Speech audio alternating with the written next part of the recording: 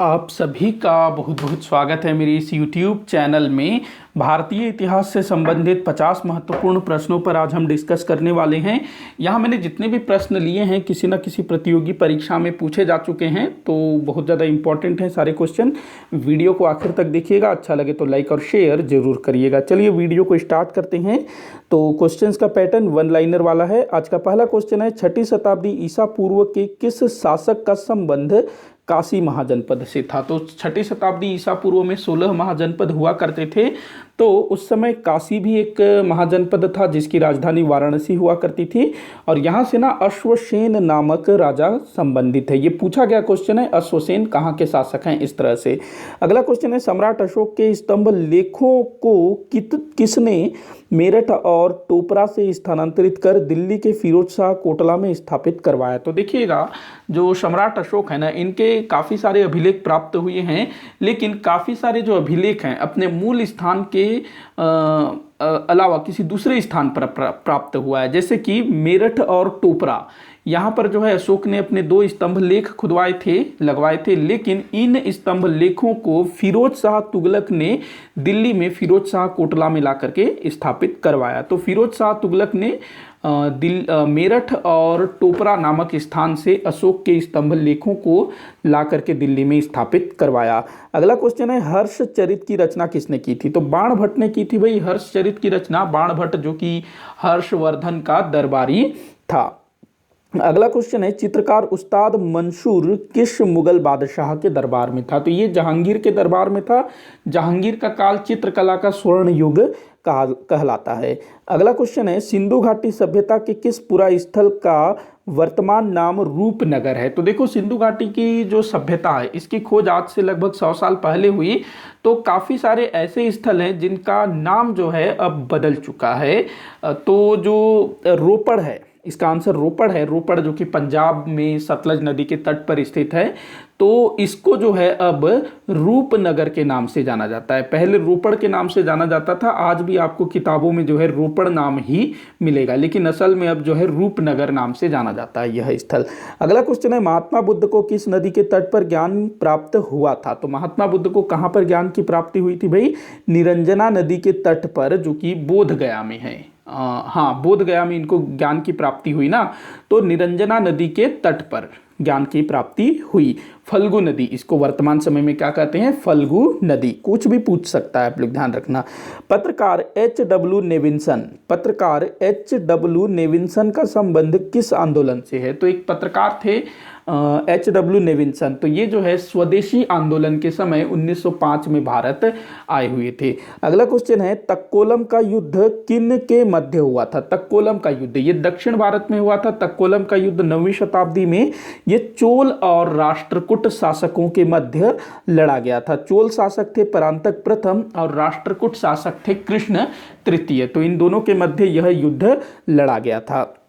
अगला क्वेश्चन है, किस महाजनपद की राजधानी शक्तिमती थी। तो शक्तिमती किसकी राजधानी थी भाई, चेदी महाजनपद की राजधानी थी शक्तिमती।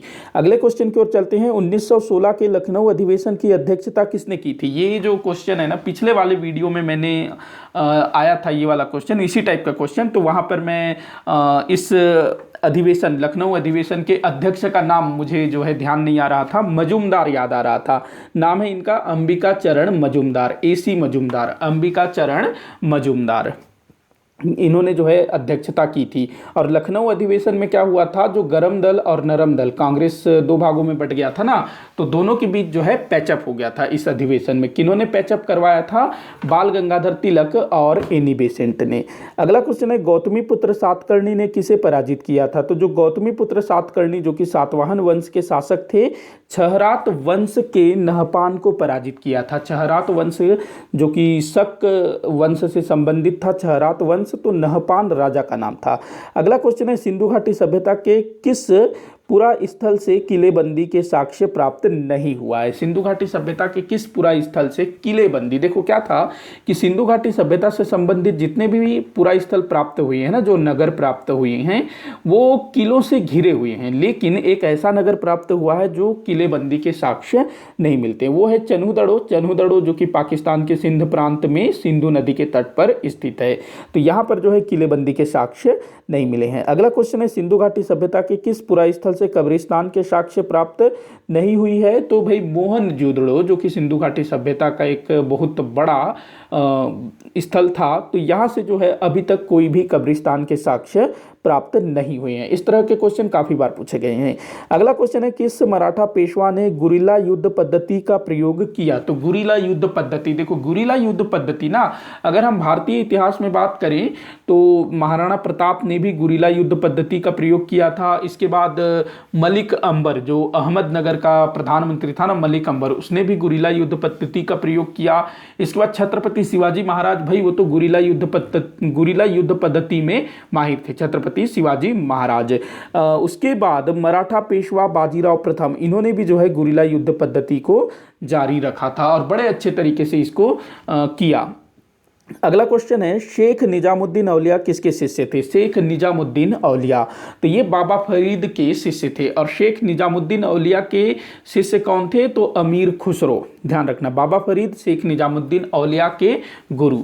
अगला क्वेश्चन है कुतुब मीनार का निर्माण किसकी स्मृति में करवाया गया था। तो कुतुब मीनार का निर्माण ना कुतुबुद्दीन ऐबक द्वारा करवाया गया था और इसका जो निर्माण है कुतुबुद्दीन ऐबक ने कुतुबुद्दीन बख्तियार काकी की स्मृति में करवाया था। कुतुबुद्दीन ऐबक ने कुतुब मीनार के निर्माण कार्य को आरंभ करवाया और इल्तुतमिश ने इसके निर्माण कार्य को पूर्ण किया, क्योंकि अचानक कुतुबुद्दीन ऐबक की मृत्यु हो गई थी। किस तरह से मृत्यु हुई थी कुतुबुद्दीन ऐबक की, नीचे कॉमेंट बॉक्स में आप लोग बताइएगा। अगला क्वेश्चन है रामानंद जिन्होंने भक्ति आंदोलन को दक्षिण भारत से उत्तर भारत में लाया, किसके शिष्य थे। रामानंद। बहुत बार क्वेश्चन पूछा गया है कि जो भक्ति आंदोलन है जो कि दक्षिण भारत में शुरू हुआ था, तो दक्षिण भारत से उत्तर भारत में भक्ति आंदोलन को लाने का श्रेय किसे दिया जाता है, रामानंद को। तो ये किसके शिष्य थे भाई, रामानुजाचार्य जी के शिष्य थे, रामानुजाचार्य, ध्यान रखेंगे। अगला क्वेश्चन है शुद्ध द्वैतवाद के प्रतिपादक कौन थे। शुद्ध द्वैतवाद, तो वल्लभाचार्य, महाप्रभु वल्लभाचार्य, जिनका जन्म चंपारण्य में हुआ था, तो इन्होंने ही जो है शुद्ध द्वैतवाद को प्रतिपादित किया था। अगला क्वेश्चन है ब्रिटिश ईस्ट इंडिया कंपनी के शासनकाल में किस गवर्नर जनरल ने पहली बार व्यवस्थित प्रेस नियम प्रतिपादित किया था। तो देखिएगा प्रश्न कर रहा है कि ब्रिटिश ईस्ट इंडिया कंपनी के शासनकाल में किस गवर्नर जनरल ने व्यवस्थित प्रेस नियम को लागू किया। तो वो था लॉर्ड वेलेजली, जिसने सहायक संधि की नीति को लागू किया था ना। तो लॉर्ड वेलेजली ही प्रथम गवर्नर जनरल था जिसने 1799 में प्रेस संबंधी नियम लाए थे। हालांकि इसमें प्रेस के विकास पर कोई जोर नहीं दिया गया था, बल्कि प्रेस पर प्रतिबंध लगाने का काम किया था इसने। तो ये 1799 में पहली बार किसी गवर्नर जनरल द्वारा प्रेस संबंधी नियम व्यवस्थित रूप से लागू किया गया। भले ये प्रेस को प्रतिबंधित करने के लिए ही था, लेकिन इस तरह से क्वेश्चन पूछा जाता है। अगला क्वेश्चन है भरत मुनि द्वारा लिखे गए नाट्य शास्त्र में वर्णित मुद्राएं किस मंदिर में प्रदर्शित की गई है। भरत मुनि, इन्होंने जो है नाट्य शास्त्र नामक एक ग्रंथ की रचना की, जिसमें आपको पूरा जो एक्टिंग है ना, किस तरह से आपको अभिनय करना है, वो सारा कुछ उसमें वर्णित है, अलग अलग मुद्राएं। तो ये बड़ा अच्छा चीज है। तो हमारे भारत में ना प्राचीन समय में इन सब चीजों पर भी काफी कुछ लिखा गया। तो भरत मुनि के नाट्य शास्त्र में लिखे गए जो भी मुद्राएं हैं वो किस मंदिर में प्रदर्शित किया गया है। तो बृहदेश्वर मंदिर, जो कि दक्षिण में तंजौर में स्थापित है ना, बृहदेश्वर मंदिर, जिसको चोल शासक राजराज प्रथम द्वारा स्थापित करवाया गया है। तो इसमें जो है भरत मुनि के नाट्य शास्त्र की मुद्राएं वर्णित है। अगला क्वेश्चन है मुगल कालीन किस चित्रकार ने विक्षिप्त होकर आत्महत्या कर ली थी। तो देखो मुगल काल में जो चित्रकला है वो बड़े अच्छे तरीके से फला फूला। जहांगीर के समय में तो बहुत ज्यादा चरमोत्कर्ष पर था। तो एक चित्रकार था दसवंत, ये जो है अपने जीवन के अंतिम समय में विक्षिप्त हो जाता है, मतलब कि मानसिक संतुलन खो बैठता है, बेचारा पगला हो जाता है और सुसाइड कर लेता है। अगला क्वेश्चन है गुनेरिया गुनेरिया नामक स्थान से सबसे बड़ा ताम्र संचय प्राप्त हुआ है? गुनेरिया कोई स्थान है, वहां से जो है सबसे बड़ा ताम्र संचय प्राप्त हुआ है। यहाँ से तांबे के 424 उपकरण और हथियार प्राप्त हुए हैं। यह स्थल किस इस राज्य में है? तो भाई ये जो गुनेरिया है ना, ये मध्य प्रदेश में स्थित है और यहाँ से सबसे बड़ा ताम्र संचय प्राप्त हुआ है। मतलब कि यहाँ पर किसी स्थान से ना तांबे के ढेर सारे उपकरण, ढेर सारे हथियार प्राप्त हुए हैं, जो कि मध्य प्रदेश में है। गुनेरिया नाम याद रखेंगे, एक बार देख लीजिएगा गुनेरिया। इस तरह के क्वेश्चन पूछे जाते हैं। अगला क्वेश्चन है, रहट प्रणाली का विकास किस काल में हुआ था? रहट, ये क्या है भाई? रहट तो ये एक प्रकार का सिंचाई का तरीका है और इसका जो आरंभ है ना सल्तनत काल में हुआ था। अगला क्वेश्चन है, पैगंबर साहब की जीवनी नाट ए मोहम्मदी किसने लिखी है? नाट ए मोहम्मदी, तो नाट ए मोहम्मदी ये जो है पैगंबर साहब की जीवनी है, जियाउद्दीन बरनी द्वारा इसको लिखा गया था। जियाउद्दीन बरनी, ये जो जियाउद्दीन बरनी है ये फिरोज शाह तुगलक का दरबारी था और इसी ने जो है नाट ए मोहम्मदी नामक ग्रंथ की रचना की है। अगला क्वेश्चन है, मदद ए मास किस तरह की भूमि होती थी? मदद ए मास, तो ये जो है ना मदद ए मास दान में दी गई लगान रहित भूमि होती थी। जैसे प्राचीन भारत में अग्रहार भूमि हुआ करती थी ना, अग्रहार दान में दी गई भूमि, तो उसी तरह की भूमि को मुस्लिम काल में क्या कहते थे? मदद ए मास। बिल्कुल एक समान होती थी, अग्रहार मदद ए मास, दोनों एक ही चीज है, ध्यान रखना। अगला क्वेश्चन है, किस वेद के संबंध में कहा जाता है कि वह अनार्यों द्वारा लिखा गया है? अथर्व वेद के विषय में ऐसा कहा जाता है। अगला क्वेश्चन है, मुगल काल में किस तरह की जागीर वंशानुगत होती थी? मुगल काल में जागीर, देखो जागीर जो है वंशानुगत नहीं होती थी। मुगल काल में जो जागीर दिया जाता था वो जब तक सामने वाला व्यक्ति जिसको जागीर प्राप्त है वो काम कर रहा है तब तक उसको दिया जाता था, उसके बाद ले लिया जाता था।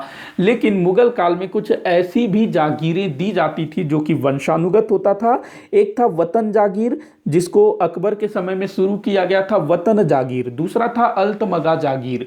ये दोनों जो है ना, वतन जागीर अकबर के समय, अल्तमगा जागीर जहांगीर के समय, ये दोनों ही जागीर वंशानुगत थे। एक बार जिसको दे दिए उसका पूरा पीढ़ी दर पीढ़ी उसका उपभोग करेगा। अगला क्वेश्चन है, महात्मा गांधी जी ने भारत में पहली बार अनशन कब किया था? तो देखो महात्मा गांधी जी ने भारत में पहली बार अनशन कब किया? तो 1918 में अहमदाबाद मिल मजदूर आंदोलन के समय। अगला क्वेश्चन है, कल्हण ने अपनी रचना राज तरिंगिणी में कश्मीर के किस शासक को मूर्ति भंजक कहा है? तो कश्मीर का एक राजा हुआ हर्ष, हर्ष को कल्हण ने अपनी रचना राज तरिंगिणी में मूर्ति भंजक कहा है। और हर्ष के विषय में वो और भी बहुत कुछ लिखते हैं कि भाई ये बड़ा बेकार शासक था, प्रजाहित को बिल्कुल भी ध्यान नहीं रखता था। आगे बढ़ते हैं अगले क्वेश्चन की तरफ। किस वंश के शासक ने स्वयं को देवपुत्र कहा? तो किसने स्वयं को देवपुत्र कहा भाई? और साथ ही महाराजा धीराज की उपाधि धारण की। तो ये कुषाण शासक थे, खुद को देवपुत्र कहते थे और महाराजा धीराज की उपाधि धारण करते थे। इन्होंने ना भारतीय संस्कृति को आत्मसात कर लिया था। बाद के काफी सारे शासकों के नाम तो हिंदू देवी देवताओं के नाम से होते थे, जैसे कि वासुदेव, कुछ शासकों का नाम मिलता है कुषाण शासकों का।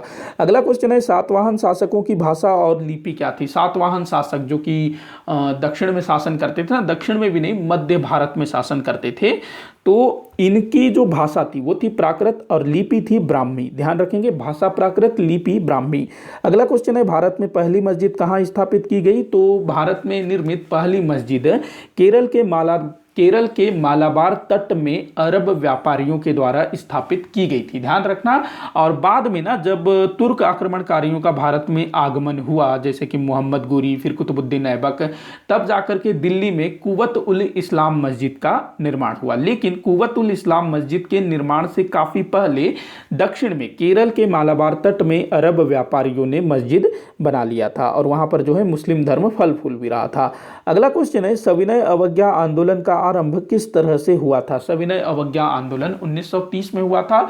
इसका आरंभ जो है नमक कानून के उल्लंघन के साथ हुआ था। गांधी जी ने दांडी यात्रा की ना, साबरमती से दांडी तक की, तो ध्यान रखना इसको। अगला क्वेश्चन है, चंद्रशेखर आजाद के भगत सिंह के साथ मिलकर किस दल की स्थापना की? के नहीं होना था, नहीं। चंद्रशेखर आजाद ने भगत सिंह के साथ मिलकर किस दल की स्थापना की थी? तो भाई HSRA, हिंदुस्तान समाजवादी प्रजातांत्रिक संघ, जिसको अंग्रेजी में बोलेंगे हिंदुस्तान सोशलिस्ट रिपब्लिकन एसोसिएशन की स्थापना की किसने? चंद्रशेखर आजाद ने भगत सिंह के साथ मिलकर के। ये दिल्ली के फिरोज शाह कोटला में 1928 में स्थापित हुआ था। ये जो HSRA है इसकी स्थापना 1924 में HRA हिंदुस्तान रिपब्लिकन एसोसिएशन के नाम से सचिंद्र नाथ सान्याल और योगेश चंद्र चटर्जी द्वारा किया गया था। बाद में फिर चंद्रशेखर आजाद ने इसको पुनर्स्थापित किया, पुनर्गठित किया। अगला क्वेश्चन है, किस सातवाहन नरेश के सिक्कों पर नाव का चित्र प्राप्त हुआ है? काफी बार पूछा गया है, यज्ञ श्री सातकर्णी, इसके कुछ सिक्के प्राप्त हुए हैं जिसमें नाव का चित्र उत्कीर्ण है। अगला क्वेश्चन है, कौन सी भारतीय लिपि पश्चिमी एशिया से प्रभावित है? पश्चिमी एशिया से मतलब जो अरब हो गया, ईरान हो गया, उस तरफ के देशों से प्रभावित है। कौन सी लिपि है भाई? खरोष्ठी लिपि। खरोष्ठी लिपि, दो लिपियां बड़ी प्रसिद्ध थी ना प्राचीन भारत में, खरोष्ठी लिपि और ब्राह्मी लिपि। जो खरोष्ठी लिपि है वो विदेशों से मतलब कि दूसरे देशों से प्रभावित है। तो जो खरोष्ठी लिपि है ये अरबी की तरह दाएं से बाएं लिखी जाती थी, ध्यान रखेंगे। अरबी जो अरबी है वो दाएं से बाएं लिखी जाती है ना, तो बिल्कुल वैसे ही खरोष्ठी लिपि भी दाएं से बाएं लिखी जाती है। जबकि जो ब्राह्मी लिपि है वो बाएं से दाएं लिखी जाती है। ब्राह्मी लिपि बाएं से दाएं लिखी जाती है, ध्यान रखना इसको। अगला क्वेश्चन है, तक्षशिला किन नदियों के मध्य स्थित है? तक्षशिला, जहां पर तक्षशिला विश्वविद्यालय है ना, तक्षशिला विश्वविद्यालय, तो ये सिंधु और झेलम नदियों के मध्य स्थित है। अगला क्वेश्चन है, महाकवि कालिदास जी का उल्लेख किस अभिलेख में मिलता है? महाकवि कालिदास जी जो कि गुप्तकालीन बताए जाते हैं, इनका उल्लेख जो चालुक्य नरेश पुलकेशिन द्वितीय के एहोल प्रशस्ति में मिलता है। एहोल प्रशस्ति जिसकी रचना रवि कीर्ति ने की है, और रवि कीर्ति ने ना अपनी तुलना महाकवि कालिदास और भारवी के साथ की है कि मैं उनके जैसा महान कवि हूं, इस टाइप से। तो एहोल प्रशस्ति में महाकवि कालिदास का उल्लेख मिलता है। अगला क्वेश्चन है, ईंट निर्मित को का निर्माण सर्वप्रथम किस काल में हुआ? ये को नहीं है, कुएं होना था यहाँ पर, कुएं। ईंट निर्मित कुओं का निर्माण, ईंट निर्मित कुएं का निर्माण सर्वप्रथम किस काल में हुआ? तो कुषाण काल में ना कुओं में ईंट का प्रयोग किया जाने लगा, तो ये कुषाण काल में ईंट निर्मित कुएं का निर्माण शुरू हुआ। अगला क्वेश्चन है, 1857 की क्रांति के समय भारत का गवर्नर जनरल कौन था? बड़ा ही आसान क्वेश्चन है, काफी बार पूछा गया है, लॉर्ड कैनिंग। ये जो है 1857 की क्रांति के समय भारत का गवर्नर जनरल था। अगला क्वेश्चन है, तृतीय आंग्ल मराठा युद्ध किस गवर्नर जनरल के काल में हुआ? तो इस समय लॉर्ड हेस्टिंग्स भारत का गवर्नर जनरल था, और तृतीय आंग्ल मराठा युद्ध में मराठों की शक्ति पूर्णतः क्षीण हो गई और अंग्रेज जो है भारत में सर्वशक्तिमान बन गए। अगला क्वेश्चन है, बाबा साहब भीमराव अंबेडकर ने हिंदू धर्म का त्याग कर किस धर्म को अपना लिया था? तो बाबा साहब अंबेडकर ने बौद्ध धर्म को अंगीकार कर लिया था अपने जीवन के अंतिम समय में। अगला क्वेश्चन है, 1931 कराची अधिवेशन की अध्यक्षता किसने की थी? तो कराची में होता है 1931 का अधिवेशन, और इसकी अध्यक्षता की थी सरदार वल्लभ भाई पटेल ने। और इसी अधिवेशन में पहली बार क्या किया गया था? जो मौलिक अधिकार है उस पर चर्चा किया गया था, मौलिक अधिकारों पर। और ये अधिवेशन कब हुआ था? 29 मार्च 1931। सरदार भगत सिंह, सुखदेव और राजगुरु, इन तीनों को फांसी दिए जाने के लगभग 6 दिन बाद। अगला क्वेश्चन है, व्यायाम मंडल की स्थापना किसने की थी? तो व्यायाम मंडल की स्थापना की थी चापेकर बंधुओं ने 1897 में पूना में। अगला क्वेश्चन है, केंद्रीय रिजर्व बैंक की स्थापना किस अधिनियम के तहत किया गया था?